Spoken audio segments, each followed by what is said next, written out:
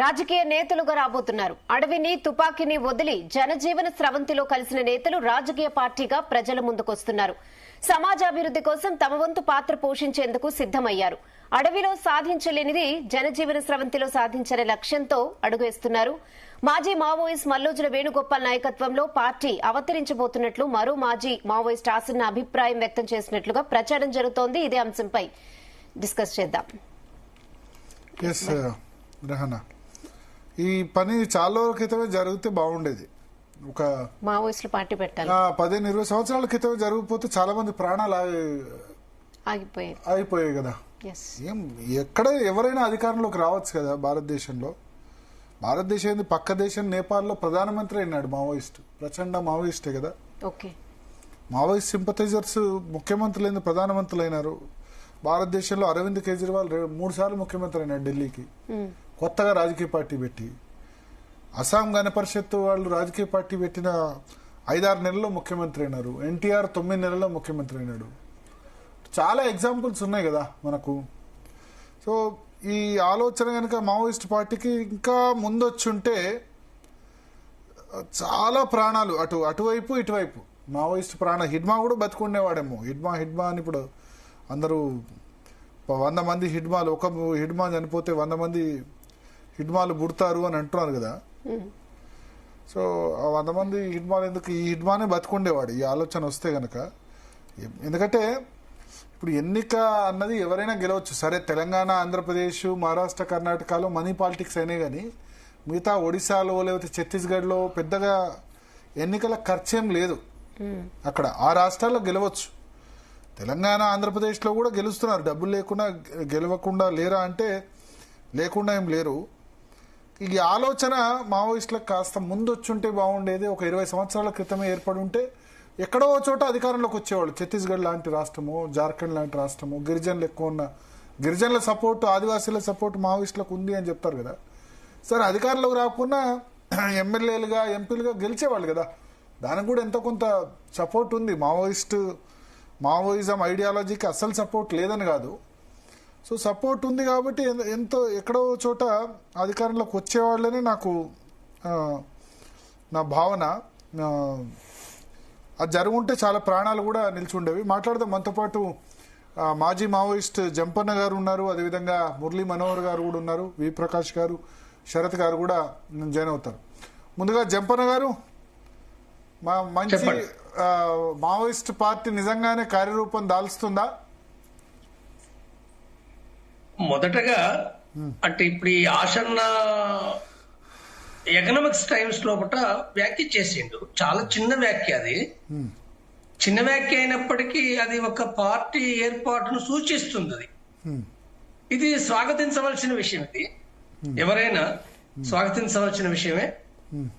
ఈ వ్యాఖ్యకు సంబంధించిన యొక్క బేసిస్ ఏంటంటే, సోను 22 పేజీల లేఖ అంటే అక్టోబర్ లోపల రాసిండు. ఆయన ఆయుధాలతో సహా ఉన్నప్పుడే స్పష్టంగా ఏంటంటే ఆ ప్రకటన చేసిండు 22 పేజీల్లో. దాంట్లో స్పష్టంగా ఉన్న విషయం ఏంటంటే, సాయుధ పోరాట మార్గం ఎంత మాత్రం కూడా ఇప్పుడు ఉపయోగపడది. ఇప్పుడు అది చట్టబద్ధంగా ఒక ప్రజా సంఘాలు, ప్రజా ఉద్యమాలు కొనసాగించాలి, బయట ఒక పార్టీని కొనసాగించాలనే ఒక ఇండికేషన్ ఆ డాక్యుమెంట్ లో స్పష్టంగా ఉంది. వాస్తవంగా సోను మాత్రమే కాదు, ప్రపంచవ్యాప్తంగా ఎక్కడైనప్పటికీ ప్రపంచవ్యాప్తంగా వాళ్ళు ఎవరైనా కానీ, కమ్యూనిస్టులు కావచ్చు లేదా జాతుల సమస్య పైన పోరాడే పార్టీలు, అప్పటి వరకు ఇల్లీగల్ గా ఒక ఆయుధాలతో పోరాడిన వాళ్ళు ఎప్పుడైతే వాళ్ళు లీగల్ గా సాయుధ పోరాట విరమణ చేస్తారో, సాయుధ పోరాట విరమణ చేయడం అంటేనే ఒక నూతన పార్టీ, చట్టబద్ధమైన పార్టీ ఏర్పాటు కోసం ప్రయత్నం చేయడం అనేది దాని అర్థం. అది లేదు వాళ్ళ ఇంటి కోసమే, వాళ్ళ యొక్క స్వార్థ ప్రయోజనాల కోసము వాళ్ళు ఇంటికే పోవాలనుకుంటే అసలు ఇట్లా సాయుధ పోరాట విరమణ చేయరు, ఎవరూ చేయరు. వ్యక్తులుగా వచ్చేస్తారు, వ్యక్తులుగా చాలా మంది వస్తారు. కానీ సాయుధ పోరాట విరమణ చేసినప్పుడు కొంత రప్చరు, అది పార్టీ విత్ ఇన్ ది పార్టీలా లేకపోతే పార్టీ అభిమానుల లోపట, అంటే ఆయుధాలు ఎందుకు అప్పచెప్పిండ్రు మీరు ప్రభుత్వానికి, మీరు ద్రోహులు, లొంగుబాట్లు, ఇవన్నీ చాలా తిట్లుంటాయి. ఈ తిట్లు ఉన్నప్పటికీ సమాజం లోపట రేపు ఏం చేయాలనే ఒక దృష్టి ఉన్న వాళ్ళు మాత్రమే సాయుధ పోరాట విరమణ చేస్తారు. వాళ్ళకు స్పష్టంగా అది సోను అయినా ఆషన్ అయినా వాళ్ళు మాత్రమే కాదు, ఆ తర్వాత రామ్దేవ్ సిసి మెంబర్, తర్వాత 11 మంది రాష్ట్ర కమిటీ మెంబర్లు, 50 మంది డివిసి మెంబర్లు, ఏరియా కమిటీ మెంబర్లు, వాళ్ళందరూ చాలా స్పష్టంగా సోను ఏదైతే డాక్యుమెంట్లు చెప్పిండో సాయుధ పోరాట మార్గాన్ని దాన్ని బలంగా మద్దతు చేస్తూ సుమారు 500 మంది వచ్చారు. ఇప్పుడు వాళ్లకు దేశవ్యాప్తంగా మద్దతు అనేది ఉంది. కాబట్టి ఇది ఏదైతుందో ఇవాళ ఇది దేశంలో ఒక మంచి పరిణామం. సరే, దాంట్లో ఉండే సమస్యలు ఉంటాయి. సమస్యలు అంటే పార్టీ పెట్టడం అని అంటే అంత ఈజీ కాదు. అంటే డబ్బు కావాలి, చాలా సమస్యలు ఉన్నాయి. కానీ వాళ్ళకున్న ప్రధానమైనది ఏంటంటే వాళ్ళ యొక్క అంటే ఈ ప్రజా జీవితంలో వాళ్ళు సరే హింసలు పక్కకు పెడదాం, కానీ ప్రజా జీవితంలో వాళ్ళు ఇప్పటికీ పరీక్షించబడ్డారు. వాళ్ళు ఒక నిస్వార్థమైన జీవితంగా వాళ్ళు ప్రజల కోసం అంకితమైనారు. కాబట్టి ఇలాంటి ప్రజల కోసం అంకితమైన వాళ్ళు అంటే ఇక్కడ కొన్ని నేర్చుకోవాలి. ఈ సమాజంలో కూడా కొన్ని విషయాలు వాళ్ళకి అవసరమే. కాబట్టి అది తెలుసుకొని అంటే చేయడం ద్వారా, సరైన వ్యక్తులను ఎంపిక చేసుకోవడం ద్వారా ఆ పార్టీ తప్పనిసరిగా అంటే భవిష్యత్తు దానికి ఉంటుంది అనేది నాకుండే అభిప్రాయం. కాబట్టి చూడాలి. అంటే ఇప్పుడు వాళ్ళు ఇప్పుడు వచ్చి ఇప్పుడు అంటే పాలసీ ప్రకారం ప్రభుత్వ ఆధీనంలో ఉంటారు తప్పనిసరిగానే, ఎక్కడైనా కొంతకాలం ఉండక తప్పదు అది. కాబట్టి వాళ్ళు ఎట్లాగ బయటకు వస్తారు, వచ్చినప్పుడు వివిధ విషయాలు చర్చించుకొని వాళ్ళు ఏర్పాటు చేయవచ్చు. అంతకంటే ఇంకా వేరే ఉండదు, తప్పనిసరిగా చేస్తారనేది నేను విశ్వసిస్తున్నాను. వి ప్రకాష్ గారు. నమస్కారం భరత్ గారు. నమస్కారం. చూసారా మీరు కొత్త పార్టీ ఆలోచన చేస్తున్నారు, లొంగిపోయిన మల్లోజుల చాలా రోజుల క్రితం మాట్లాడుకున్నాం, మీరు మర్చిపోయినట్టున్నారు. నేను చెప్పాను కూడా, ఒకవేళ అట్లాంటి పరిస్థితి వస్తే మొదటి సభ్యుని నేనే జాయిన్ అవుతా అని చెప్పాను. ఓకే, మావోయిస్ట్ పార్టీలో మొదటి సభ్యులు మీరే. అంటే నేనేమంటున్నా అంటే వాళ్ళు సాయుధ పోరాటాన్ని విరమించి ప్రజాక్షేత్రంలోకి వస్తే ఒకసారి మేము గత 79 ఆ ప్రాంతంలో కొండపల్లి సీతారామయ్యతో సత్యమూర్తితో వాదన చేసి ఇట్లా ఉండొద్దు గిట్లా ఉండాలి అని చెప్పినాం కదా. 45 ఏళ్ళు వెనకైనా కూడా ఇంకా అవకాశం ఉంది. కాబట్టి ఒక స్పేస్ కూడా ఉంది.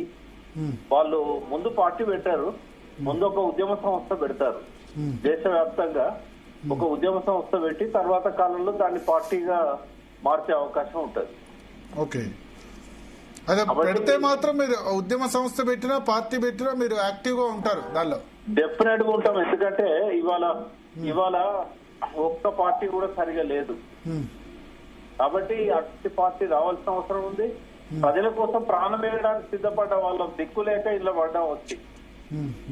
కాబట్టి మళ్ళీ మా పూర్వ ఆ కల్చర్ అనేది మళ్ళీ ఒకసారి వాళ్ళు డెవలప్ చేసినట్టయితే అందులో మాకందరికి కూడా స్పేస్ ఉంటుందని మేము అనుకుంటున్నాం. ఓకే, ఎందుకంటే సమాజంలో విప్లవం రావాలనుకున్నాం, విప్లవం రాలేదు. కనీసం మార్పు రావాలనుకున్నాం, కనీసం తెలంగాణలోనైతే కొంత మార్పు వచ్చింది. తెలంగాణ సాధ్యమైంది, రాష్ట్ర సాధన అనేది జరిగింది. ఆ రాష్ట్ర సాధన క్రెడిట్ కూడా నేను పీపుల్స్ వారికే ఇస్తాను. ఎందుకంటే మొట్టమొదలు ఒక రాజకీయ పార్టీగా తెలంగాణ రావాలని చెప్పి తెలంగాణ కోసం కొన్ని డిమాండ్స్ పెట్టి ప్రజాస్వామిక తెలంగాణ నినాదం ఇచ్చిందే మావోయిస్ట్ పార్టీ, నల్ల ఆదిరెడ్డి, గణపతి. సో మొదలైంది వారి నుంచే. తర్వాత కేసీఆర్ గారు వచ్చి దీన్ని రాజకీయ లక్ష్యంతో ఒక మంచి ఉద్యమంగా నడిపాడు, సాధించాడు లక్ష్యాన్ని, గమ్యాన్ని ముద్దాడాడు. కానీ మొదలు పెట్టింది పీపుల్స్ వారే. కాబట్టి తప్పకుండా స్కోప్ అవుతున్నది. ఒక లీగల్ ఆర్గనైజేషన్ రాజ్యాంగ పరంగా చట్టపరంగా ఉద్యమాలు నిర్మించే అవకాశం ఉన్నప్పుడు తప్పకుండా ఎంకరేజ్ చేయాలి భరత్ గారు, మీడియా గానీ మాలాంటి. డెఫినెట్ గా ఎంకరేజ్. నేను ఇనిషియల్ రిమార్క్స్ ఏమన్నా అంటే 20 సంవత్సరాల క్రితం ఏర్పాటైతే చాలా ప్రాణాలు కాపాడు ఉండేది. ఇటువైపైనా అటువైపైనా పోలీసుల నుంచైనా లేకపోతే మావోయిస్ట్ పార్టీ నుంచైనా చాలా మంది ఉండేవాళ్ళు. హిడ్మా కూడా చనిపోయి ఉండేవాడు కాదు, బతుకుండేవాడు ఒకటి. నేను అన్న ఇంకోటి, ఇక్కడ కాకపోతే ఛత్తీస్గఢ్లోనో జార్ఖండ్లోనో, ఎందుకంటే ఆదివాసీలు మావోయిస్ట్ ఇష్టపడుతున్నారు కాబట్టి ఎక్కడో దగ్గర అధికారంలోకి వచ్చేవాళ్ళు. సరే, తెలంగాణ ఆంధ్రప్రదేశ్లో కొంచెం డబ్బు రాజకీయాలు, కానీ మిగతా చోట్ల ఎక్కడైనా ఎంపీలు ఎమ్మెల్యేలుగా గెలిచేవాళ్ళు, ఏదైనా రాష్ట్రాల్లో కూడా అధికారంలోకి వచ్చేవాళ్ళేమో అని నేను అన్నా నా ఇనిషియల్ రిమార్క్స్ లో. 25 ఏళ్ల క్రితం 2000లోనే పార్టీ ఏర్పడి ఉంటే, ఎందుకంటే 2000 సంవత్సరంలో మావోయిస్టుల మద్దతు ఆ దశకంలో చాలా ఎక్కువ ఉండే. అన్నలంటే చాలా అమితంగా ఇష్టపడేవాళ్ళు. ఇప్పుడు రాను మద్దతు తగ్గుతోంది, కానీ ఆ 20 సంవత్సరాల క్రితం ఏర్పాటై ఉంటే మాత్రం పొలిటికల్ పార్టీ ఖచ్చితంగా ఏదో ఛత్తీస్గఢ్, జార్ఖండ్, ఇన్ఫాక్ట్ తెలంగాణలో కూడా అధికారంలోకి వచ్చేదేమో. వచ్చేది. ఎందుకంటే నిజాయితీ ఉన్న రాజకీయ నాయకులు ఉన్నప్పుడు డబ్బు ప్రభావం ఏమి ఉండదు.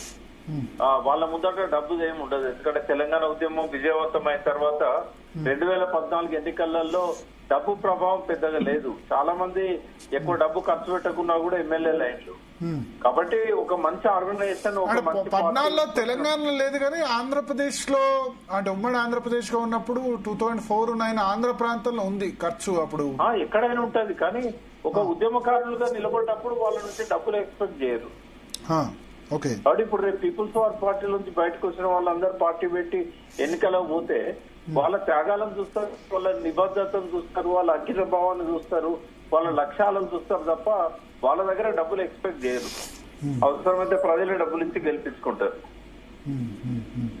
మంచి అవకాశం ఉంటది, ఒక మంచి స్పేస్ ఉన్నది. భరత్ గారు, మీరు సిద్ధాంతకర్తగా ఉంటారా? మావోయిస్ట్ పార్టీ సిద్ధాంతకర్త నాయకునిగానే ఉంటారు. నాయకుడు పోటీ చేస్తారా? పోటీ చేయను, బట్ నాయకునిగా ఉంటా. నేను వెయిట్ చేస్తున్నా అట్లాంటిది ఒక ఆర్గనైజేషన్ రావాలి, నిజాయితీగా పనిచేసే వాళ్ళు రావాలి. మీరే ఇనిషియేషన్ తీసుకోవచ్చు కదా. ఆశన్న తర్వాత మల్లాజుల వేణుగోపాల్తో ఏమైనా మాట్లాడారా? నేను ట్రై చేయలేదు, బట్ ఆశన్న మా పక్క ఊరే, నా స్నేహితుని కొడుకే తను. అవునా? ఓకే. స్నేహితుడు కొడుకు. స్కూల్ పోయేటప్పుడు చూశాను. చాలా చిన్న ఏజ్, అంటే మీకు ఏజ్ లో నాకంటే చాలా చిన్నోడు ఆయన. Okay okay. ఎస్. శరత్ గారు, మావోయిస్ట్ మాజీ మావోయిస్టులు పార్టీ పెడతామని ఒక ఆలోచన చేస్తున్నారు. అందుకోసం ఖర్చు పెట్టిన కూడా రెడీ అయ్యారు రివార్డ్ లో వచ్చిన డబ్బుల్లో. సార్ ఒక్కటి, ఐ మీన్ నేనేది నెగటివ్ గా మాట్లాడన్న ఉద్దేశం కాదు. I welcome there idea, I congratulate them. ఒకవేళ అట్లాంటి ఆలోచన వాళ్ళు చేస్తే అది మంచి ఆలోచనే అని చెప్తున్నాను. కాకపోతే కొన్ని అంశాలను మనం కొంత నిష్పక్షపాతంగా, తర్వాత రాజకీయ పార్టీలు పెట్టినప్పటి నుంచి ఎదిగి ప్రభుత్వంలోకి వచ్చే వరకు ముడిపడి ఉన్న వ్యక్తిగా నేను చాలా అంశాలను చూసిన. నా వ్యక్తిగత అనుభవాలు కొన్ని, నా ఆలోచనలు కొన్ని ఉన్నాయి. కాబట్టి నా దృష్టిలో ఇప్పుడున్న పరిస్థితులలో, అంటే ఇంత డబ్బు అనేది ఎంత ప్రధానమైన పాత్ర పోసిందంటే, మొన్న గ్రామ పంచాయతీ ఎన్నికలలో సార్ 15,000, 20,000 వరకు ఒక ఓటు పోయింది సార్. హైదరాబాదు పెరిఫెరీలో ఉన్నటువంటి ప్రాంతాలలో 20,000 కూడా ఓటుకు ఇచ్చినటువంటి వాళ్ళని చూసినాం. 20,000 తీసుకొని కూడా మోసం చేసిన వాళ్ళను చూసినాం. తర్వాత రెండోది, ఇప్పుడున్న పరిస్థితులలో డబ్బు ఇంత ప్రధానమైన పాత్ర పోషిస్తున్నప్పుడు ఓటర్స్ ఎంత కరప్ట్ అయినారంటే, మేము గ్రామాల్లో, నేను థర్డ్ ఫేజ్ లో మా ప్రాంతంలో ఎన్నికలు జరిగినాయి, మేము పోయినాము. చాలా మంది ఓటు అంటే పోలింగ్ బూత్ కు రాకుండా, మాకు డబ్బులు రాలేదు, వస్తే వస్తాం, లేకుంటే రాం, లేకపోతే మేము పోయి వాళ్ళనోడికి వేస్తాం అని ఇట్లా బెదిరించి మరీ డబ్బులు వసూలు చేసినారు. మరి ఈ ఓటర్లను సమూలంగా మార్చడం ఇదంతా సాధ్యం అనేది ఒకటి. పొలిటికల్ పార్టీ అంటే ఏదో కంటైనర్దో లేదా ఫీ ఫ్యాబ్రికేటెడ్ హౌస్ కాదు కదా సార్. కన్స్ట్రక్షన్ అంటే ఒక గ్రాస్ రూట్ లెవెల్ నుంచి దాన్ని బిల్డప్ చేస్తూ రావాలి, ఒక ఐడియా బిల్డప్ కావాలా, ఒక పబ్లిక్ లో ఒక అర్జెన్సీ క్రియేట్ చేయాలి, ప్రజలందరూ ఆ వైపు ఆలోచన చేయాలి. మొదట ఫస్ట్ ఆఫ్ ఆల్ డబ్బు లేకుండా ఓటు అంటే మనం ప్రజానికాన్నే తయారు చేయడం చాలా కష్టతరమైంది. It is near to impossible అనేటువంటి ఫీలింగ్ ఉంది సార్ నాకు. నా రిక్వెస్ట్ ఏంటంటే, అసలు యాక్చువల్లీ ఇట్లాంటి ఎవరైతే మా పాత తరం వాళ్ళు, మాకంటే ఎక్కువగా పార్టీకి సేవ చేసిన వాళ్ళు, ప్రజా జీవితంతో ముడిపడి ఉన్నాడు, వాళ్ళతో పోల్చుకునేంత కెపాసిటీ నాకు లేదు.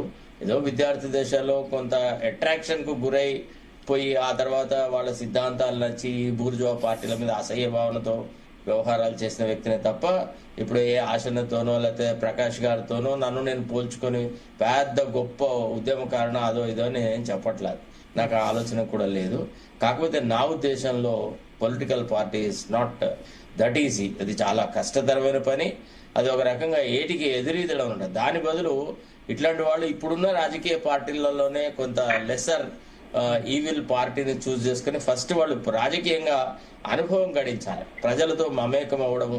ఎందుకంటే ఇంతకుముందు ఉద్యమ కాలంలో మనం గన్ను పట్టుకోనో లేకపోతే ఇతరత్రంగానో భయపెట్టో అట్లనో ఇట్లనో మన పట్ల ప్రజలు ఆదరణ చూపెట్టినా, ఈనాడు మనము ఏది లేకుండా ఒట్టిగా నిరస్త్రదారులై, ఏ అస్త్రాలు లేకుండా, ఏది లేకుండా మనం ప్రజల దగ్గరకు పోయి ఒప్పించి మెప్పించే పరిస్థితి లేదు.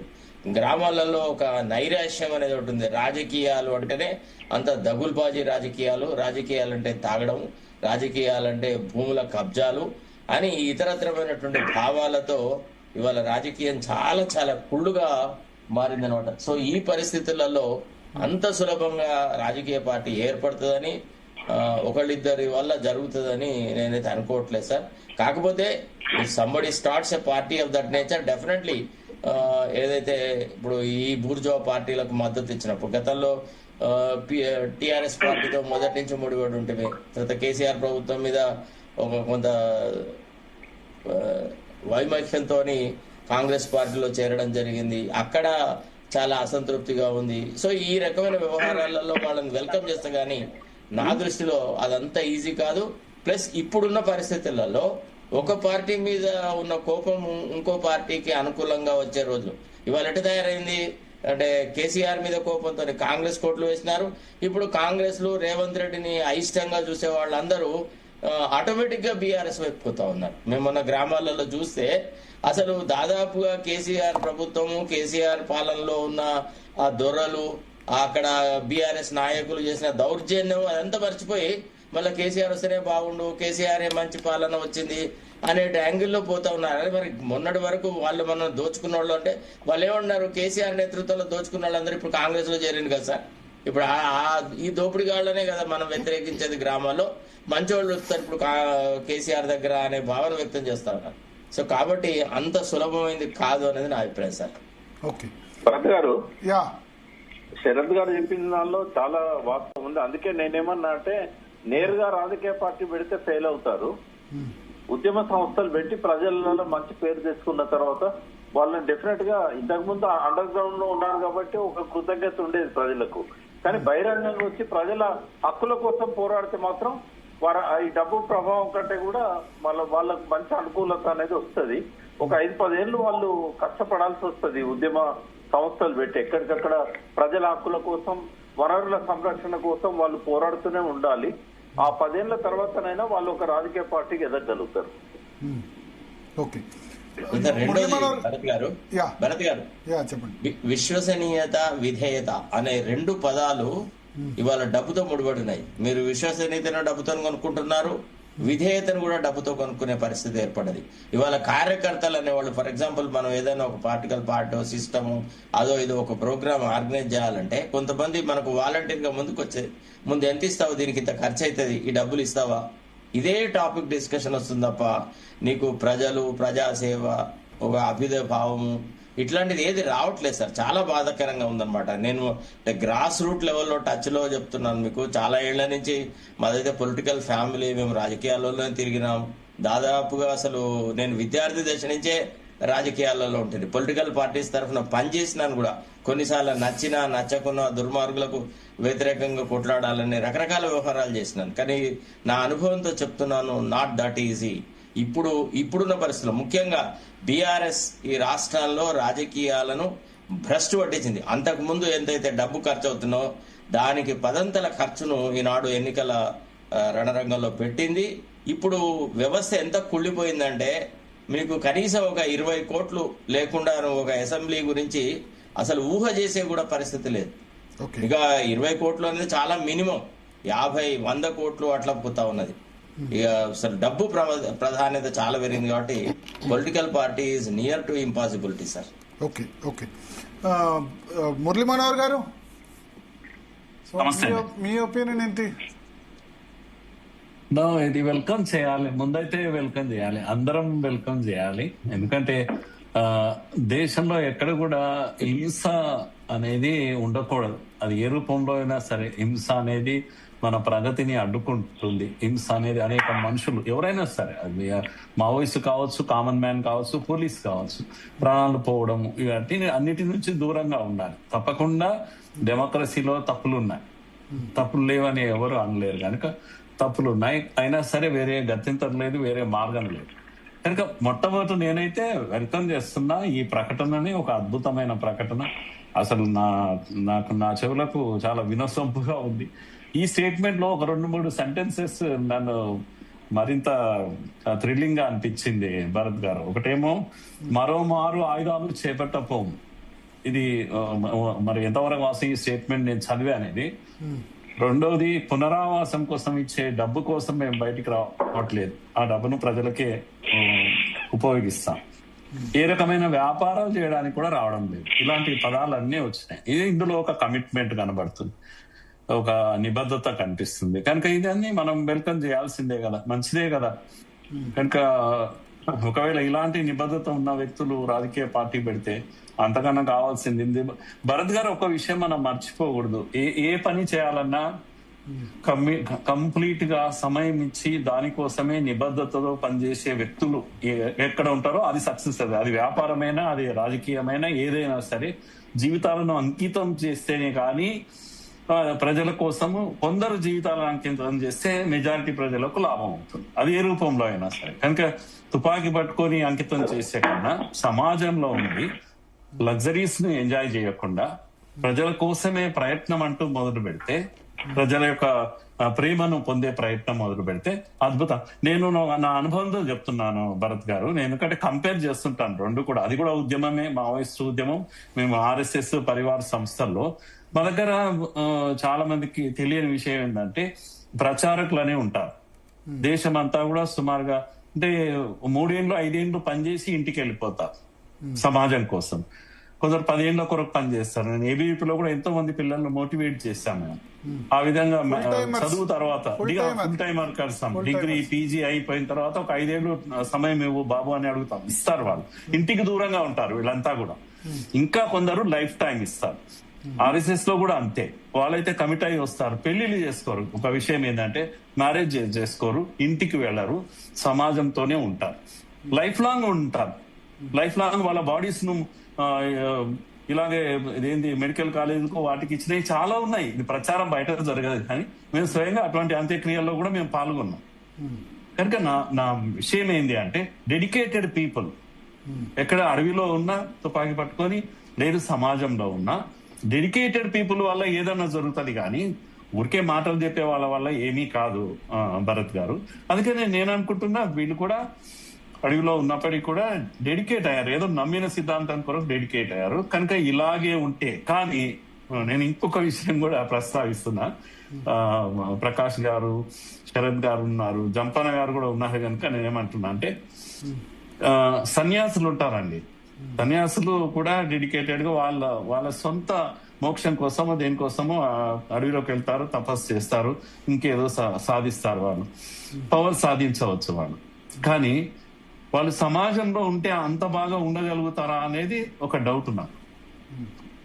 కనుక అడవిలో ఉండడం వల్ల కూడా సేఫ్ గా ఉండొచ్చు, ఇక్కడ ఉండే ఆకర్షణలు, ఇక్కడ ఉండే ఒత్తిళ్లు ఏవీ లేకుండా ఉండొచ్చు, ఉంటే ఆఖరి అన్నం లేకుండా ఉండొచ్చు. కానీ సమాజంలో ఉండి సమాజం యొక్క చెడు మధ్యలో ఆ బురదలో కమలం పువ్వు అంటాం కదా, అలా ఉండడం మాత్రం చాలా కష్టం. ఇది నా అభిప్రాయం, విభేదించవచ్చు, ఎందుకంటే మా అనుభవాలు కూడా అలాగే ఉన్నాయి. చాలా అట్రాక్షన్స్ ఉన్నాయండి సొసైటీ. నేను చాలా మంది యూత్ తో డీల్ చేస్తుంటాను, పర్సనల్ లెవెల్లో మాట్లాడుతుంటాను, వాళ్ళని మెంటరింగ్ చేస్తూ ఉంటాను. కనుక సినిమాలు చూస్తుంటారు మా పిల్లలు, లేకపోతే అందరితో పాటు ఉంటారు, డ్రెస్ కూడా విడిగా ఏముండరు, సన్యాసులాగా ఏముండరు, మామూలు విద్యార్థుల్లో కలిసి ఉంటారు, షూ టక్ కూడా వేసుకొని పోతుంటారు, కానీ డిఫరెంట్ గా ఉంటారు. వాళ్ళ ఉదయం లేచినప్పటి నుంచి రాత్రి పడుకునే వరకు వాళ్ళ సమయ సారిని వేరే, వాళ్ళ లైఫ్ స్టైల్ వేరే, సింప్లిసిటీ వేరే, అన్ని వేరే. మామూలు తిండి తింటూ ఉంటారు, మామూలు ఉంటారు, ఖర్చులు అన్ని కూడా రాస్తూ ఉంటారు, ఎక్కడ కూడా 10 పైసల తేడా ఉండదు. అకౌంట్స్ అన్ని మేము చూస్తుంటాం. కనుక ఇది వ్యక్తి లోపల ఒక డిసిప్లిన్ అనే క్రమశిక్షణ అనేది వస్తుంటుంది, చెడిపోకుండా ఉండడానికి కాపాడుకుంటుంటాం. అలా అని చెప్పేసి అందరు బాగున్నారని కూడా కాదు, అక్కడక్కడ కొంత డీవియేషన్స్ ఉంటాయి తప్పకుండా. సో నేను ఇవన్నీ నా అనుభవంతో చెప్తున్నాను. ఇప్పుడు కనుక మావోయిస్టులు ఈ దేశంలో 60 ఏళ్ల దీని తర్వాత ఒక డెసిషన్ తీసుకుంటే, నాకు ఇప్పుడు ఎలా అయితే 3-4 సెంటెన్స్ చెప్పానో, అక్టోబర్ మాసంలో ఎప్పుడైతే సోను గారు 60 మందితో వచ్చి వారు సరెండర్ అయ్యారో, అది ఒక సన్నివేశం నా కళ్ళ ముందు ఎప్పటికీ ఉంటుంది. ఎందుకంటే తుపాకులు అందించడము, అదేంటి దీన్ని కాన్స్టిట్యూషన్ చేతిలోకి తీసుకోవడం అనేది అదొక అద్భుత సన్నివేశం ఈ దేశానికి. ఈ దేశం కళ్ళతో చూసిన ఒక అద్భుత సన్నివేశం. అలాగే 210 మంది అనుకుంటాను ఆసన గారు వారు కూడా సరెండర్ అయిన తీరు కూడా, ఇవన్నీ కూడా దృశ్యాలండి, దేశం మర్చిపోలేని దృశ్యాలు. కనుక ఇది ఊరికే పోదు, ఇది తప్పకుండా దీనివల్ల లాభం ఉంటుంది దేశానికి. కనుక వీళ్ళు నిజంగా ఆ పని చేస్తే మాత్రం పొలిటికల్ ఫీల్డ్ లో చాలా చాలా చాలా రిఫార్మ్స్ రావాల్సినట్టు ఉన్నాయి. నా ఉదాహరణకు నేను నాలాంటి వాళ్ళని కూడా, అంటే పంతులయ్యాలం టీచర్స్, లేకపోతే ఆ కమ్యూనిటీ వచ్చిన టీచర్ లెక్చరర్స్ అంతా కూడా మేము కూడా కంటెస్ట్ చేయాలి కదా. ఊహిస్తామా కంటెస్ట్ చేయడం అనేది? ఎమ్మెల్సీకి కూడా కంటెస్ట్ చేయలేము మేము చూసాం కదా ఇక్కడ కూడా. ఉదాహరణకు నేను టీచర్ను, నాకు ఉన్నంతలో టీచర్ల మధ్య మంచి ఇది ఉంది. నేను తెలంగాణ లెక్చరర్స్ ఫోరం పెట్టాను, లెక్చరర్స్ మధ్యలో పనిచేశాను, ప్రకాష్ గారికి తెలుసు. కనుక మా పాలమూరు జిల్లా ఇదంతా కూడా నాకు కాస్తంత పరిచయాలు ఉన్నాయి, ఇవన్నీ ఉన్నాయి. కానీ ధైర్యం చేయలేము.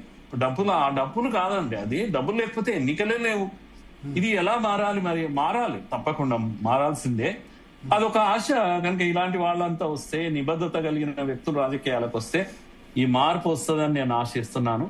అది జరిగితే అంతకన్నా అద్భుతమైంది ఇంకేం లేదు. ఈ రోజు సరెండర్ అయిన దానికి నిజంగా ఏమంటాం, దాని యొక్క సాఫల్యత ఎప్పుడవుతుందంటే మావోయిస్టులు పార్టీ పెట్టి, జాతీయ స్థాయిలో పార్టీ పెట్టి, ఇలాంటి నిబద్ధతతోని, ఏ డబ్బు ఖర్చు లేకుండా, అక్రమాలు లేకుండా ప్రజలను మెప్పించి ఒప్పించి పోతే చాలా బాగుంటది. కానీ తప్పకుండా వారు చెప్పింది చాలా మంచి స్టేట్మెంట్ ప్రకాష్ గారు. ఎప్పుడు కూడా ఉద్యమం పార్టీగా దిగితే అప్పుడేమవుతుందంటే రాజకీయాలకు రావడం కూడా ఈజీగా ఉంటుంది. ఒక సమస్య మీద, 2 సమస్యల మీద ఉద్యమం చేయాలి. అప్పుడు ప్రజలకు కనెక్ట్ కావడానికి కూడా అవకాశం. జంపన్న గారు, మీ సపోర్ట్ ఉంటుందా ఆశన్నకు? తప్పనిసరిగా వేణుగోపాల్ గారికి, వీర ప్రకాష్ గారు అయితే మొదటి సభ్యత్వమే నాదంటారు. అదే అంటే దీంట్లో నేను అంటే దాదాపు 8 సంవత్సరాల నుంచి అంటే సాయుధ పోరాటం అనేది ఏందో కాలం చెల్లింది అనే విషయం చెప్తూ వస్తున్నా. 8 సంవత్సరాల నుంచి నేను అవే రాస్తున్నా. వాస్తవంగా ఎలక్షన్లకు సంబంధించింది నేను చూసేది, నేను ఇప్పటి వరకు ఓటేయలేదు కానీ ఎన్నికల్లో నిలబడాలి కమ్యూనిస్ట్ పార్టీగా అనేది ఏందో అంటే నేను 8 ఏళ్ల నుంచి నేను రాస్తున్నా. నేను వ్యాసాలు రాస్తున్నా. తర్వాత నేను ఇప్పుడు శాంతి చర్చల కమిటీ పెట్టేప్పటి నుంచి కూడా సాయుధ పోరాట విరమణను కూడా మద్దతు చేస్తూ వస్తున్నా. కాబట్టి తప్పనిసరిగా ఇప్పుడు వీళ్ళు చేసేది సరే, నాకు వాళ్ళకు కొద్ది డిఫరెన్స్ కొన్ని విషయాలు ఉంది, దాంట్లో అది సమస్య కాదు. కానీ ఏమైనప్పటికీ ఈ దేశంలో అంటే నిజాయితీగా ప్రజల కోసం, ఇప్పుడు మురళీ మనోహర్ కూడా చెప్పిండు. ఒక మురళీ మనోహరే కాదు, చాలా మంది వాళ్ళు సరే బీజేపీలు ఉండొచ్చు, లేదా ఇతర పార్టీలు, ఏ పార్టీలను ఉండొచ్చు. ఇప్పుడు ప్రకాష్ గారు కూడా అంటే చాలా సంతోషం వ్యక్తం చేసి ఆహ్వానిస్తుండు. కాబట్టి ఇట్లాంటి చాలా మంది దేశంలో బట నేను 8 ఏళ్ల కానీ చూస్తున్నా. ఇప్పుడైతే మాత్రము చాలా మంది వెల్కమ్ చేస్తుండ్రు. కాబట్టి నా దృష్టిలో బట ఇప్పుడు శరత్ గారు చెప్పారు కరెక్టే. శరత్ గారు చెప్పిన పాయింట్స్ వాల్యుబుల్ పాయింట్స్, అవి చాలా సీరియస్ గా. అంటే ఇప్పుడు వ్యవస్థలో బట ఓట్లు, తర్వాత పార్టీలు ఎట్లున్నాయో అందరికీ తెలిసిన విషయాలే. అవి డిఫికల్టీసే. కానీ డిఫికల్టీ ఎంతైతే ఉందో దీనికి కనుక ఖచ్చితంగా నిలబడగలిగితే ఒక టీం 1 పర్సన్ కాదు. వాస్తవంగా నాకు 8 సంవత్సరాల నుంచి కూడా నాకు చాలా మంది మాట్లాడుతుండ్రు, మీరు పార్టీ పెట్టండి అంటే నేను ఎవరిని పట్టుకొని పెట్టాలి? డబ్బుల సమస్య కాదు, కనీసం టీం కావాలి. టీం అనేది ఏందో కంపల్సరీ. కనీసం 5 మాజీ మావోయిస్టులందరినీ కలిపి పెట్టుకోవచ్చు. మావోయిస్ట్ సింపథైజర్స్ కూడా చాలా మంది ఉన్నారు కదా. ఉన్నారు చాలా మంది. ఒక్క మావోయిస్టులే కాదండి.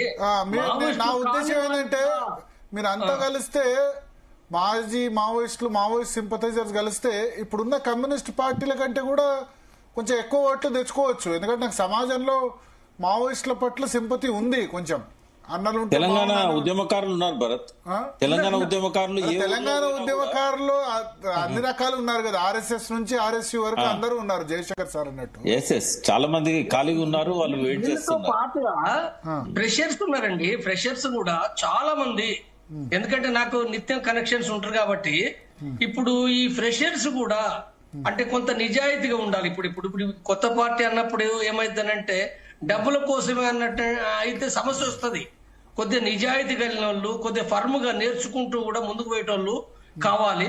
కొంతమంది పాత వాళ్ళు కావాలి. కాబట్టి అంటే ఒక టీం కనుక రంగంలోకి దిగితే తప్పనిసరిగా నా దృష్టిలో అంటే అంటే దేశంలో బట్ట ప్రభుత్వం ఏర్పాటు చేసే శక్తి ఉన్నదా లేదా అనేది కాదు ప్రశ్న. అక్కడే చేసుకోవద్దు, అది చాలా కష్టం. ఎందుకంటే దేశము ఇన్ని రాష్ట్రాలు భాషలు ఉంది కాబట్టి దేశమంతా అంటే ఇప్పుడు నేపాల్ లాగానో శ్రీలంకలో కూడా మనం చూడలేము. ఇక్కడ చాలా పెద్ద దేశం కాబట్టి ఇప్పుడు మనం దానికంటే కూడా ఒక శక్తిగా, ఒక కొత్త శక్తిగా అవతరించడానికి 5 ఏళ్ల కాలంలో అంటే కృషి అంటే ఇప్పుడు ఎట్లా ఆల్రెడీ మావోయిస్టు పార్టీలో ఇప్పుడు వాళ్ళు ఒక ఇన్ని సంవత్సరాలు పనిచేసేది కాబట్టి ఇప్పుడు మురళీ మనోహర్ గారు అన్నారు ఇక్కడికి వచ్చిన తర్వాత ఉంటారా అని అంటే వాస్తవమే. ఆ ప్రశ్న కూడా అంటే ఇప్పుడు కొంతమంది ఇప్పుడు వయసు పడ్డోళ్ళు కొంతమంది ఉండొచ్చు కాక ఉంటారు. ఇప్పుడు సోనుకేమో ఆస్తులకు సంబంధించిన లేదు కదా, ఆశనకు లేదు కదా, లేదా నాలాంటి వానికి కూడా ఏం లేదు కదా, లేదా మరికొంతమంది స్టేట్ కమిటీ మెంబర్లు కూడా ఉన్నారు, వాళ్ళకేమి ఆస్తులు లేకపోతే అవన్నీ వాళ్ళకేం అవసరం లేదు. కానీ కొత్తగా వచ్చే వాళ్ళు ఎవరైతే ఉన్నారో అనేక మంది ఎట్లా ఉంటారనే సమస్య కంపల్సరీ ఉంటుంది. కాబట్టి వీటిని అన్నిటిని ఎదుర్కొంటూ ఒక ఎక్సర్సైజ్ ఇది.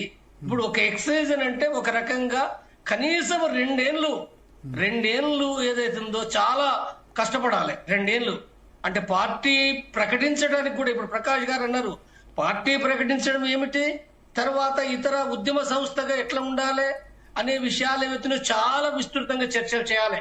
అనేక మందితోటి చర్చలు చేసి ఒక ప్లాట్ఫామ్ ను డెవలప్ చేయగలిగితే అది ఏమైనా 2 సంవత్సరాల తర్వాత దాని యొక్క ప్రాథమిక రూపము అనేది అది ముందుకొస్తుంది. అది కాబట్టి ఇది ఖచ్చితంగా ఒక పట్టు వదలని పద్ధతిలో అంటే ఇప్పుడు వచ్చిన వాళ్ళు ఎవరైతే ఉన్నారో వాళ్ళు ఇక్కడ వాటిని కూడా అంటే వాటిని అర్థం చేసుకుంటూ ముందుకు పోవాల్సిన అవసరం ఉంది.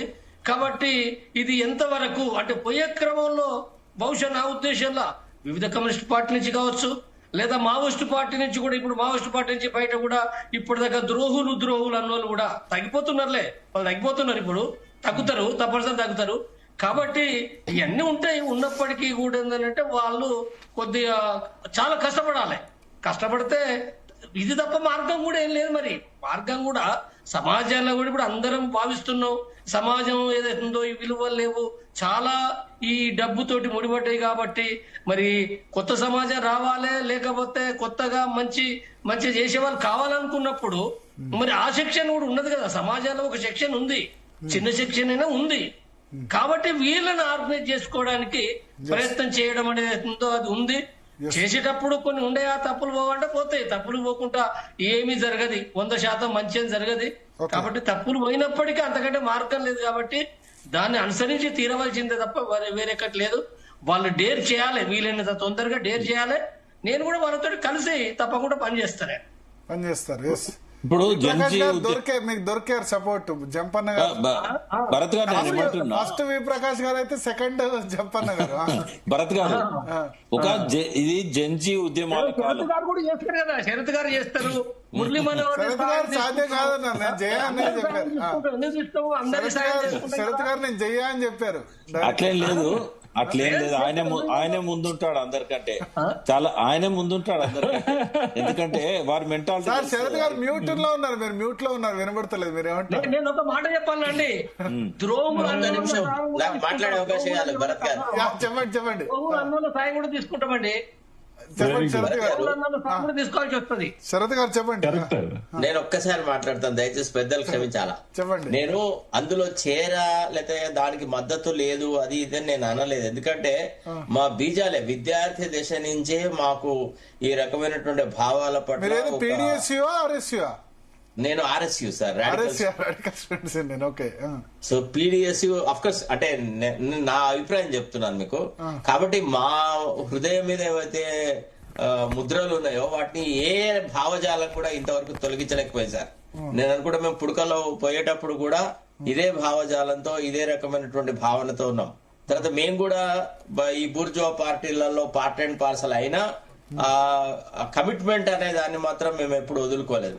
అయితే మాకు బాధాకరమైనటువంటి విషయం ఏంటంటే the present youth is clamouring for luxurious life.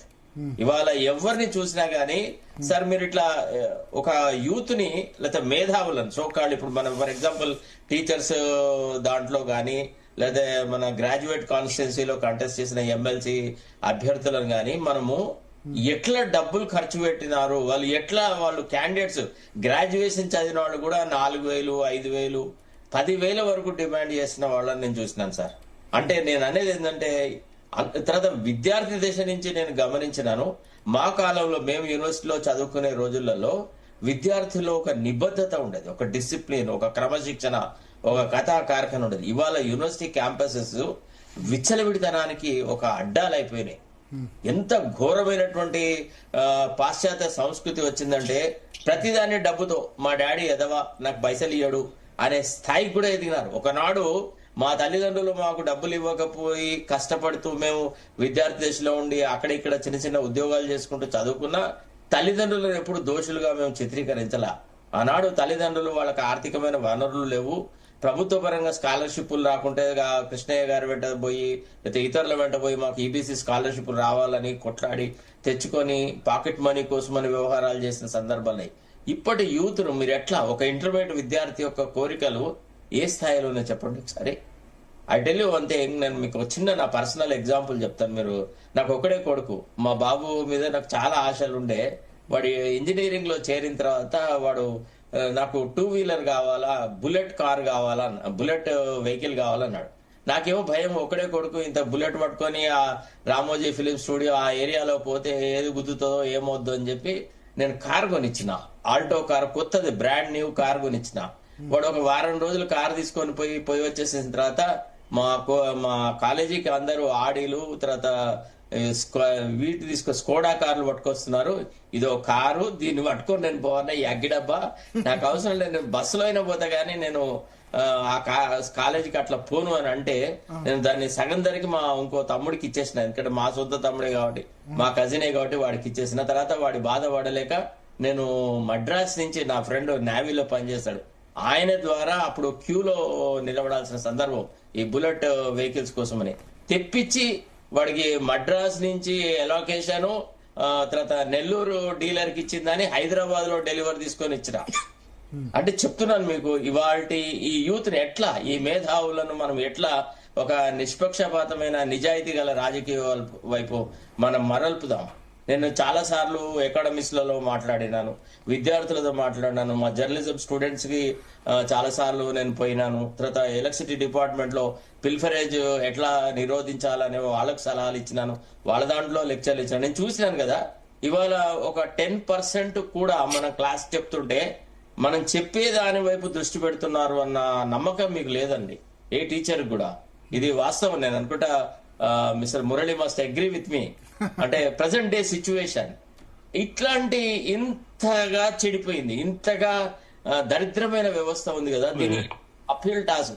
ఒక హిమాలయ పర్వతాన్ని నెత్తి మీద ఎత్తుకున్నట్టు ఈనాడు ఒక రాజకీయ పార్టీ పెట్టి మళ్ళీ దాన్ని సక్సెస్ఫుల్ చేయడం కేసీఆర్ సొంతగా చేసింది కాదు. ప్లీజ్ దయచేసి ప్రతిసారి అందరు ఏమన్నారంటే BRS party, TRS party KCR మానస పుత్రిక అని, కేసీఆర్ ఒక్కడే, ఇదంతా ఉత్త బోగస్. ఏదో దొరలు వాళ్ళ సక్సెస్ కోసమని, వాళ్ళ గొప్పతనం కోసం. ఆ పార్టీ నేను చెప్తాను శరత్ గారు, నేను ఫౌండర్ మెంబర్ ను. అంతకంటే 6 సంవత్సరాల ముందు నుంచి జయశంకర్ గారితో 0 నుంచి ఎట్లా తీసుకొచ్చిందో నేను చెప్తాను. ఇప్పుడు నేను కూడా అంటే మా అంటే సీనియర్ ఇంద్రారెడ్డి గారు, ఇంద్రారెడ్డి వెంట కూడా నేను కూడా తిరిగినాను చాలా సార్లు.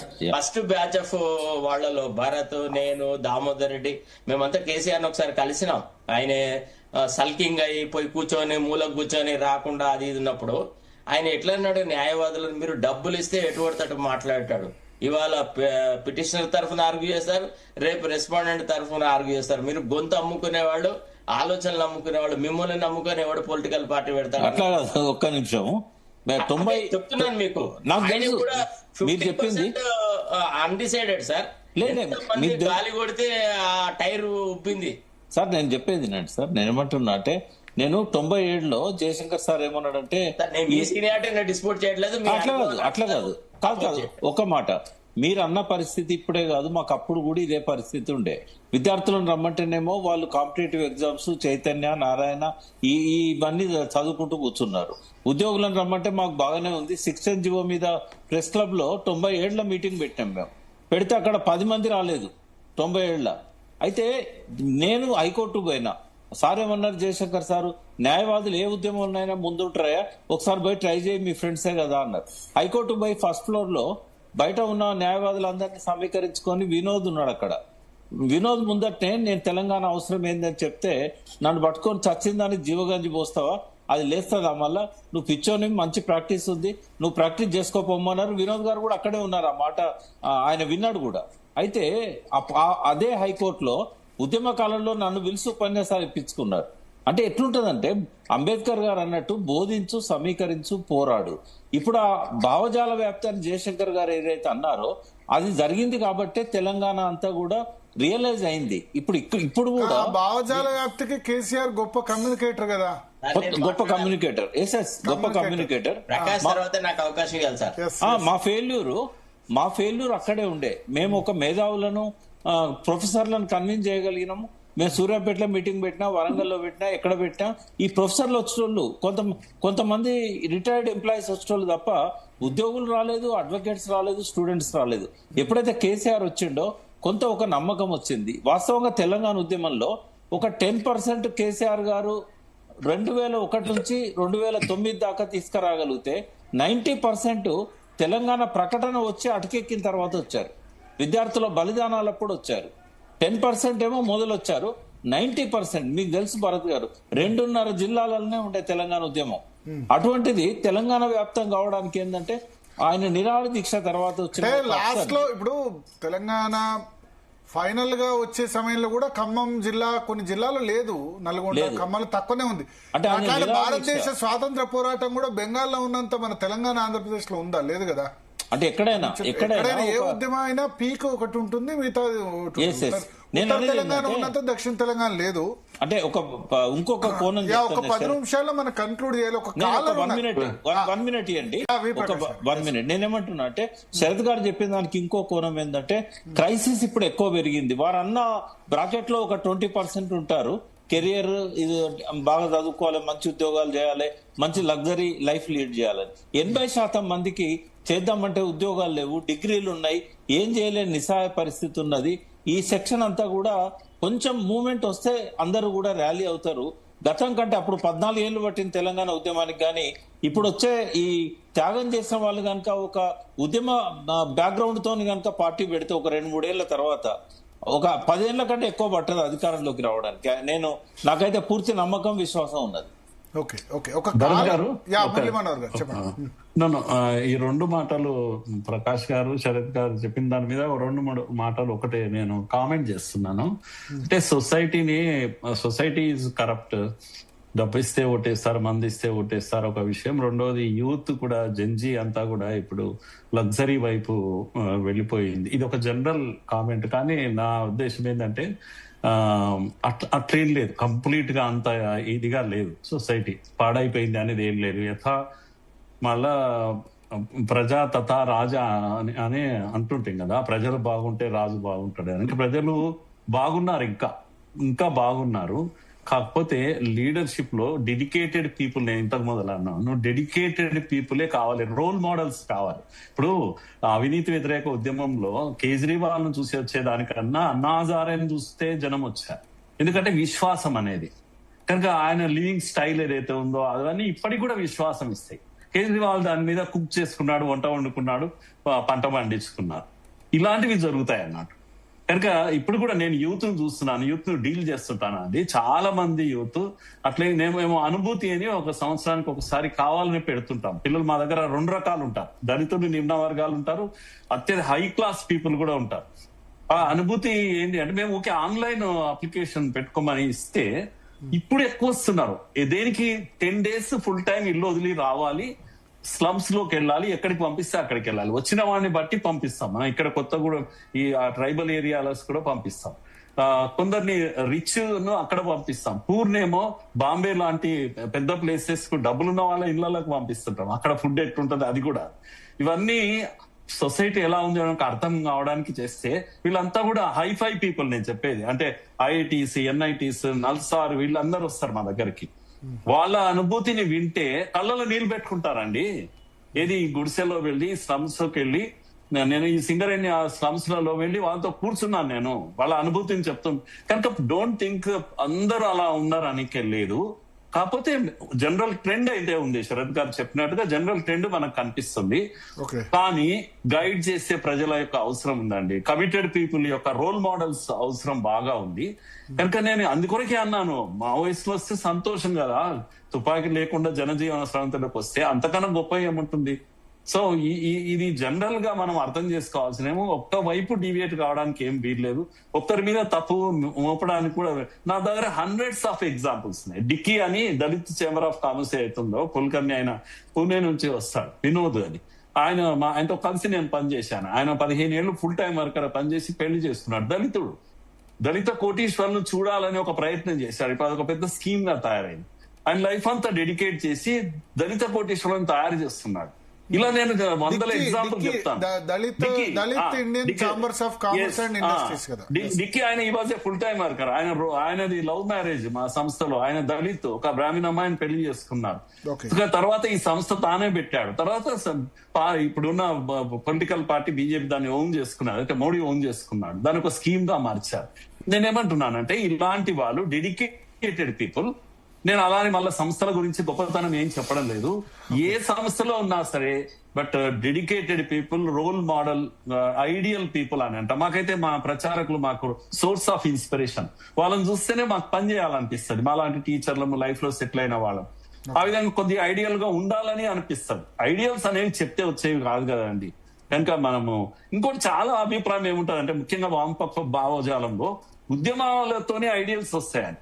ప్రతిదీ ఉద్యమమే కాదు, నార్మల్ లైఫ్ లో కూడా మైండ్ అనేది ఒక ఉద్యమ రూపంలో ఉంచుకోవాలి, అంటే ఐడియల్ గా ఉంచుకోగలగాలి. ఇది చాలా టఫ్ జాబ్. అది ఎమోషన్ లో ఉండగలుగుతాం, నార్మల్ లైఫ్ లో ఉండడం చాలా కష్టం. ఇది కనుక కొద్దిగా డీప్ గా నేను మాట్లాడాను, కానీ కొద్దిగా అందరం కలిసి ఆలోచించాల్సిన విషయాలు. ఓకే, ఒకసారి చంద్రశేఖర్ అనే కాలర్ ఉన్నారు, ఒకసారి మాట్లాడతారు. ఒక్క నిమిషం, చంద్రశేఖర్ అనే కాలర్ ఉన్నారు. చంద్రశేఖర్ గారు. Sir good evening. Bharat sir, Manthani sir నాది. ఎన్నోసార్లు మాట్లాడాడు. చెప్పండి చంద్రశేఖర్ గారు. శరత్ గారు good evening sir. Sharath sir, Prakash sir, తర్వాత చెప్పన్న గారు. సార్ నేను శరత్ గారికి వీరాభిమాని, ప్రకాష్ అన్నకు వీరాభిమాని. మీ అందరికి ఇందులో అర్థవంతమైన చర్చ నడుస్తుంది సార్. ఒక్కటి, నేను మంత్రిలో గ్రాడ్యుయేషన్ చేశాను సార్, ఓయూలో పీజీ చేశాను. సేమ్ ఇప్పుడు సార్ చెప్పింది, శరత్ సార్ చెప్పింది 100% ఏకీభవిస్తున్నాను. నేను చదువుకున్నప్పుడు సార్, మేము బీకామ్ చదువుకున్నప్పుడు పీడీ క్యాన్సిల్ చేశారు. అప్పుడు మేము డిమాండ్ చేశాం. ఇప్పుడు చూస్తే నేను మొన్న రీసెంట్ గా నేను ఒక 20 ఏళ్ల నుంచి ఎడ్యుకేషన్ పరంలో ఒక ఇంగ్లీష్ టీచింగ్ చేస్తున్నాను. గత 10 సంవత్సరాల నుంచి యువకుల ఆలోచన దృక్పథంలో చాలా మార్పులు వచ్చినాయి సార్. ఇప్పుడు ఎట్లా ఉంది అని అంటే పరిస్థితి, మొన్న నేను రీసెంట్ గా ఎమ్మెల్సీ ఎలక్షన్స్ లో ఓటు వేయడానికి వెళ్ళాను. నేను అందరూ కూడా షార్ట్ కట్ మెథడ్ లో 1000 రూపీస్ తీసుకొని, ఎవరైతే షార్ట్ కట్ మెథడ్ లో కనీసం 10 నిమిషాలు నిలబడే ఓపిక లేని పరిస్థితిలో ఇవాళ యూతుంది. ఇది చూసిన తర్వాత నేను ఒక 4 hours నిలబడి, నేను నా ఆత్మ నిబద్ధతతో మేము చదువుకున్నప్పుడు, నేను పీడిఎస్ లో కూడా ఇంటర్మీడియట్ డిగ్రీలో ఉన్నప్పుడు బాగా ఉండే, అట్లా ఆ దృక్పథంతో ఉన్నారు. కాబట్టి మావోయిస్టులు పార్టీ పెట్టడం చాలా గొప్ప విషయం. కానీ శరత్ సార్ అన్న దాన్ని కంప్లీట్ ఏకీభవిస్తున్నాను. వాళ్ళ గ్రౌండ్ లో ఒక అద్భుతమైన ఫస్ట్ వర్క్ చేసుకోకుండా ఇప్పుడున్న యూత్ లో చాలా సమస్య ఎక్కడ ఉందంటే, వాళ్ళల్లో ఇప్పుడు ఈ గత 15 ఏళ్ల నుంచి కూడా కొంతమంది విద్యార్థులు ఎవరైతే ఇంట్రెస్ట్ ఉన్నదో వాళ్ళే ఆర్ట్స్ గ్రూప్ తీసుకుంటున్నారు. కానీ ఎవరు కూడా సామాజిక అంశాలను నేర్పే విద్య సైడ్ ఎవరు రావడం లేదు సార్. అందరు ఏమైనా ఇంటర్మీడియట్ ఎంసెట్ లో చేరడం, 16 గంటలు చదవడం, ఇంజనీరింగ్ సీట్ సాధించడం, 4 ఏళ్ళలో ఇంజనీరింగ్ కంప్లీట్ చేసి అమెరికా వెళ్ళడం, ఇవన్నీ తప్ప కనీసం మన ప్రధానమంత్రి ఎవరు, మన రాష్ట్రపతి ఎవరు, మన గవర్నమెంట్ తెచ్చిన జీవోలు అవి ఏ రకంగా ప్రజలకు ఉపయోగపడతాయి, గవర్నర్, ఉపరాష్ట్రపతి, ఇంకా ఆన్సర్స్ రావు చాలా చోట్ల. ఆగస్టు 15కు జనవరి 26కు తేడా అయింది. రిపబ్లిక్ డే అంటే ఏంది తెలియదు చాలా మందికి. సార్ నేను ఇదివరకు ఎన్నోసార్లు మీతో మాట్లాడాను సార్. కాకపోతే ఇవన్నీ 15 ఏళ్ల నుంచి మాత్రం ఎవ్వరు బిఏ చదవమంటే బిఏ అవుట్డేటెడ్ కదా సార్, దాంతో ఏముంది లైఫ్ సార్. సార్ మేము చదువుకునేటప్పుడు మీ ఎంజాయ్డ్ ఇలాంటి సామాజిక శాస్త్రం మాకు లెక్చర్లు చెప్పేటప్పుడు ఉస్మానియాలో నేను ఎంఏ సోషాలజీ చేస్తున్నాను, అందరూ డిస్కరేజ్ చేశారు సార్. బట్ వండర్ఫుల్ సబ్జెక్ట్ ఇది. ఇవన్నీ ఇప్పుడు చదువుకోమంటే ఈ సబ్జెక్ట్ సోషాలజీ అంటే ఏం ఇస్తారని అడుగుతున్నారు సార్. Okay. అంటే అప్పటి యూత్ కు మేము యూత్ గా ఉన్నప్పటికీ ఇప్పటికి వచ్చిన మాట నేను శరత్ సార్ చాలా చక్కగా చెప్పారు. డిబేట్ క్లోజ్ చేయాల్సిన సమయం ఆసనమైంది. మీ అందరికీ థ్యాంక్ యూ సార్. ప్రకాశ్ అన్న మీరందరూ పార్టీ పెడితే మీ అందరం సపోర్ట్ లో ఉంటాం. మేము సభ్యత్వం తీసుకోవడానికి శరత్ గారు +1 మీ ఒపీనియన్ తో చెప్పండి. Thank you very much sir. Thank you. Me opinion కు +1 చంద్రశేఖర్ గారు. సార్ నేను మాట్లాడొచ్చా? చెప్పండి, కన్క్లూడ్ చేద్దాం. భరత్ గారు నాకు టైం ఇస్తా అంటే మాట్లాడతా, లేదంటే మీ సమయం అవుతుందంటే 2 minutes సరిపోద్ది కదా. Exactly sir. అంటే ఒక విషయం చెప్పాలా, ఇవాళ క్లాస్ చెప్తే అంటే I'm consider to be one of the best teachers. ఒక క్లాస్ తీసుకుంటే పిన్ డ్రాప్ సైలెన్స్ తో విద్యార్థులని ఒక 45 నిమిషాలు లేదా 1 hour హోల్డ్ చేయగలిగిన టీచర్ అన్న ఒక గౌరవం, గుర్తింపు నాకుంది సార్ మొదటి నుంచి కూడా. ఇవాళ సెల్ ఫోన్ బంద్ పెట్టి 1 గంట సేపు క్లాసు వినిపించే పరిస్థితి ఉందా అంటే నేనైతే లేదు అని 100% తీసుకురాబోతే సెల్ ఫోన్ అక్కడే క్లాస్ లో ముందే తీసేసుకుంటే సార్ మీరు లోపలికి రారేవారు, విద్యార్థులు ఎవరు సెల్ ఫోన్ అక్కడ పెట్టి రండి అంటే అంతెందుకండి. ఎడ్యుకేషన్ లో ఉండదేమో అటు యూనివర్సిటీస్. మీకు చెప్తాను వినండి దయచేసి. కలెక్టరేట్ ఆఫీసులలో ఏం చేస్తున్నారంటే ఈ మధ్య సెల్ ఫోన్ బయట పెట్టి కలెక్టర్ తోని మాట్లాడడానికి రావాలనంటే ఆఫ్టర్ ఆల్ ఒక వార్డు మెంబరు ఒక సర్పంచ్ కలెక్టర్ దగ్గర పోతే ఏం రా నన్ను సెల్ ఫోన్ తీసుకోకుండా కలెక్టర్ దగ్గర రమ్మంటున్నారా అంటే కలెక్టర్ ముందులో కూర్చొని పోయిన సబ్జెక్టు మొదలెట్టేసేసి వేరే విషయాలన్నీ రాజకీయాలు మాట్లాడుతుంటే ఒక డిస్ట్రిక్ట్ మ్యాజిస్ట్రేట్ టైం వేస్ట్ అవుతుంది. The instruction not to bring the cell phone in to the collectors chamber is not to show up his authority. He wants that there shall be a meaningful discussion and debate. I have invited one public representative, or a public representative has come to me to discuss on an important issue అంటే గంత సహనం లేదు. ఈ రెండో విషయం, నాకు రామ్ మాధవ్ చాలా మంచి మిత్రుడు. తర్వాత సుమన్జీ అని ఒక ఇండోనేషియన్ అతను RSS లో చాలా ముఖ్యమైన పాత్ర పోషిస్తాడు. ఇప్పుడు మొన్న ఇటీవల బీహార్ లో కూడా ఉన్నాడు. వాళ్ళు మా ఇంటికి వచ్చే వాళ్ళకి చాలా క్లోజ్ రిలేషన్షిప్ ఉండే. రెండోది ప్రకాష్ గారితో నేను టోటల్ గా డిసగ్రిమెంట్ ఒక విషయంలో ఏముందంటే విద్యార్థులను కేసీఆర్ ఎప్పుడు ఇష్టపడలేదు.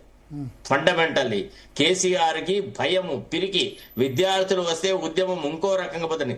న్యాయవాదులను కూడా ఇష్టపడలే. ఈయన చెప్పిన ప్రకాష్ గారు మెన్షన్ చేసిన వినోద్ రావు అనే అతను ఒక 5-6 సంవత్సరాల తర్వాత వచ్చినాడు. వచ్చుడే నిచ్చెన పట్టుకొని డైరెక్ట్ గా రూఫ్ మీద పోయి కూర్చున్నాడు. తర్వాత ఆ కులపాళ్లకే ప్రాధాన్యత ఇచ్చినాడు. ఆ అడ్వకేట్లలో అయినా, ఆ విద్యార్థులైనా, ఆ యువతలోనైనా సరే. ఇవన్నీ చాలా కుళ్ళు రాజకీయాలు. వీటి గురించి ఎంత లెస్ చెప్తే ది బెటర్. తర్వాత రెండోది ఏంటంటే ఆ వినోద్ రావు రాకముందు ఒక 6-7 సంవత్సరాల క్రితమే మేము హైకోర్టులో కూడా అడ్వకేట్స్ అసోసియేషన్ హాల్లో ఒక మీటింగ్ పెట్టినాం. నేను, వాసుదేవ్ రెడ్డి, పంకజ్ రెడ్డి, భరత్ కుమార్, దామోదర్ రెడ్డి, ఇట్లా చాలా మంది, ఒక 20 మంది పేర్లు నేను చెప్పగలను.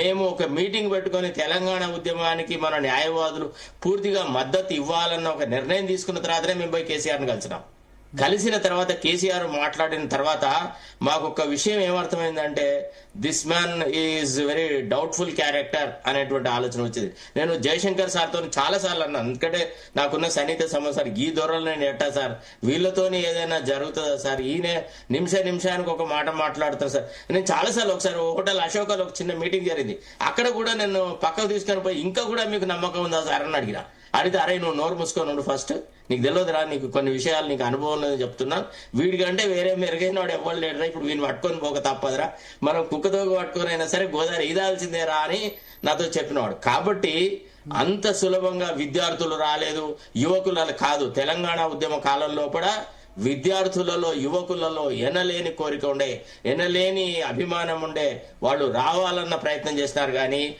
అంత ఊతుగాళ్ళని ఏరుకున్నారు. బాల్కా సుమన్ వాడిని వీడిని ఏరుకొని థర్డ్ క్లాస్ ఫెలోస్ తోని రాజకీయాలు చేసేసి కేసీఆరే విద్యార్థుల పట్ల ఒక రకమైన ఇది చేస్తున్నారు. ఒకవేళ ఆ విద్యార్థులే కనుక లేకపోతే కేసీఆర్ అప్పుడే ఆ నిరాహార దీక్ష అప్పుడే నిమ్మరసం దాగి వెళ్ళిపోతుండే. మా విద్యార్థులే కదా ఆనాడు నిమ్మరసం దాగి నందుకు వచ్చిందా అదా ఇదా అని లొల్లి పెట్టి ప్రెషర్ పెడితే కేసీఆర్ తల ఒగ్గి కొంత కటువుగా కొంత పట్టుదలగా ఉన్నాడు. కేసీఆర్ ని ఎంతో కొంత క్రమశిక్షణలో ఉంచింది కూడా విద్యార్థులు, యువకులే తప్ప ఈ సోకాళ్ళు కేసీఆర్ చుట్టూ తిరిగిన భజన పరులు కాదు. తర్వాత కేసీఆర్ ఎప్పుడు భయపడేది కూడా యూత్ కు, విద్యార్థులకి. ఈసారి కూడా ప్రభుత్వం మార్పులో కూడా మళ్ళా యూత్ మిగతా వాళ్ళే చాలా అంటే ఒక రకంగా డిజల్యూషన్ అయిపోయి యువకులు ఒక్కటే నిమిషము అది ఒక స్ట్రాటజీలో భాగంగా చేశామండి. ఎందుకంటే 69 ఉద్యమాన్ని ఆయన 6 నెలలు స్టడీ చేశాడు. అందులో పాల్గొన్న వాళ్ళతోని విద్యార్థి నాయకులతోని. అప్పుడు ఏంటంటే విద్యార్థులు ఒకసారి కార్యరంగంలో దూకితే కంట్రోల్లో ఉండరు. అప్పుడు చెన్నారెడ్డి ఎంత ఏ స్టేజ్ లో వచ్చాడంటే విద్యార్థులతో సాధ్యం కాక విద్యార్థులందరూ కాల్పులలో చనిపోతా ఉంటే దిక్కులేని పరిస్థితుల్లో ఆయన వచ్చాడు. ఇక్కడ కూడా అట్లాంటి పరిస్థితి వస్తే గనక ఈ ఉద్యమం ఫెయిల్ అవుతుందని చెప్పి కేసీఆర్ గారు ఒక స్ట్రాటజీలో భాగంగా లాబియింగ్ అనేది తీసుకున్నారు. లాబియింగ్ ఎప్పుడైతే ఫెయిల్ అయిందో ప్రణబ్ ముఖర్జీ కమిటీ ఎంతకు రిపోర్ట్ ఇవ్వకపోతే కేంద్రంలో రిజైన్ చేసి తెలంగాణ భవన్లో విద్యార్థులకు 40 రోజులు శిక్షణ ఇచ్చామండి. ప్రతి కాన్స్టిట్యున్సీ నుంచి 1000 మందిని ఇక్కడికి సమీకరించి మళ్ళీ ఆ విద్యార్థుల చైతన్యాన్ని తీసుకురావడానికి ప్రయత్నం చేసింది కూడా టిఆర్ఎస్ పార్టీయే. సరే శరత్ గారికి విడిగా నేను ఒకసారి ఆ చరిత్ర అంతా అర్థం చేస్తా.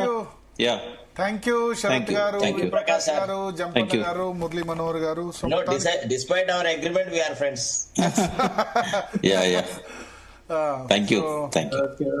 సో డిఫరెంట్ విభిన్న భావాలు ఖచ్చితంగా ఉంటాయి, వ్యక్తులు వేరైనంత మాత్రాన. సో రెహానా, ఒకటి మంచి పరిణామం, మావోయిస్టు లొంగిపోయిన వాళ్ళు ఎవరైతే పార్టీ పెడతారనుకున్నారో వాళ్ళకి నిజంగా అవకాశం ఉండొచ్చు ఎక్కడో ఒక చోట. తెలంగాణలో కనీసం ఎమ్మెల్యే గెలిచినా, ఎందుకంటే సరే I won't agree with Maoist ideology, Maoist ఫిలాసఫీతో నేను ఏకీభవించను. ఎందుకంటే నేను పుట్టి పెరిగిన మావోయిస్ట్ అత్యంత ప్రభావిత ప్రాంతం నుంచి వచ్చాను. మా ఊరి పక్కనే ఇప్పుడున్న గణపతి స్వగ్రామం. 1991లో మావోయిస్టులు పోలీసులు జీప్ అనుకొని పెళ్లి జీపును మందుపాత్ర పెట్టి వేల్చేశారు. 12 మంది అమాయకులు చనిపోయినారు. సో మా ప్రాంతాలు డెవలప్ కాకపోవడానికి మావోయిజం కూడా ఒక కారణం. ఎప్పుడైతే తగ్గుముఖం పట్టిందో ప్రాంతాలు ఫుల్గా డెవలప్ అయినాయి. ఇవాళ ఉమ్మడి కరీంనగర్ జిల్లా, దుబాయ్, బొంబాయి, బొగ్గుబావు అన్నది ఇవాళ అత్యధికంగా వరి ప్రొడక్షన్ అక్కడ అవుతోంది. బికాస్ బట్ ఆ ఐడియాలజీతో ఏకీభవించకపోయినా వాళ్ళు కూడా ఒక సిద్ధాంతం కోసం వాళ్ళ కుటుంబాలని త్యాగం చేశారు. ఇప్పుడు ఆర్ఎస్ఎస్ కోసం ఫుల్ టైమర్స్ ఏ విధంగా త్యాగం చేశారో మావోయిస్టులు కూడా వాళ్ళ కుటుంబాల కోసం, వాళ్ళు నమ్మిన సిద్ధాంతం కోసం వాళ్ళ కుటుంబాలని, ఇప్పుడు ముప్పాళ్ళ లక్ష్మణరావు అలియాస్ గణపతి ఉన్నాడు, వెలమ కుటుంబంలో పుట్టాడు. మిగతా దొరలంతా అనుభవిస్తే ఆయన వాళ్ళ ఫ్యామిలీని ఏమంటారు, భార్యను, కొడుకును వాళ్ళందరూ వదిలిపెట్టేసి వెళ్ళిపోయాడు. టీచర్గా, గవర్నమెంట్ టీచర్గా ఉండే అప్పట్లోనే. సో వాళ్ళు కూడా సాక్రిఫైస్ చేశారన్న విషయంతో అంగీకరిస్తా, సిద్ధాంతంతో అంగీకరించకపోయినా. సో ఆ సాక్రిఫైస్కు ఎంతో కొద్ది మంది సపోర్ట్ ఉంటే గనక గెలవచ్చు ఎన్నికల్లో. సీతక్క గెలిచింది బయటకు వచ్చి, ఏదో ఒక వీళ్ళే కొత్త రాజకీయ పార్టీ పెడతా ఉంటారు. తెలంగాణలో గెలవచ్చు, లేదా ఛత్తీస్గఢ్ ఆదివాసీలు సపోర్ట్ అనుకుంటున్నారు కాబట్టి ఆదివాసీ గెలవచ్చు, ఎక్కడో చోట గెలవచ్చు. మంచి పరిణామం రాజకీయాల్లోకి. అల్టిమేట్ గా ప్రజాస్వామ్యమే కదా, గెలిస్తేనే కదా ఎమ్మెల్యేనో, ఎంపీనో, ముఖ్యమంత్రి అయితేనే ఏదైనా చేయగలరు ప్రజలకి. అల్టిమేట్ గా వాళ్ళు చేయాలనుకున్నది చేయవచ్చు రాజకీయ పార్టీ వచ్చి గెలిస్తే. So definitely will welcome it. Okay.